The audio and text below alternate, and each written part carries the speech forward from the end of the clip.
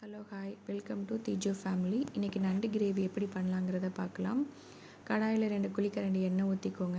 எண்ணெய் நல்லா காஞ்சதும் 1 ஸ்பூன் சோம்பு போட்டு, நான் பெரிய வெங்காயம் ஒரு 3 வெங்காயம், சின்ன வெங்காயம் 20 இதை நறுக்கி வச்சுருந்தேன்.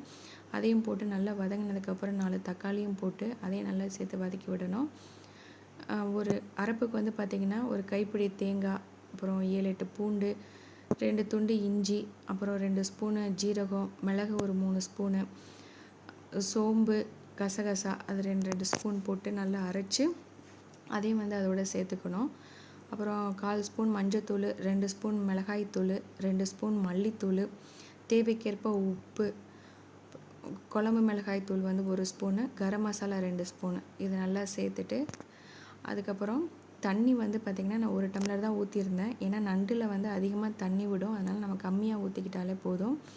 அது மசாலா நல்லா கொதித்து வந்த உடனே கழுவி வச்சுருக்கிற நண்டையும் போட்டு நல்லா கிண்டி விட்டுட்டு மூடி போட்டு மூடி வச்சுருங்க. அது நல்லா வெந்து எண்ணெய் நல்லா பிரிஞ்சு வரும்.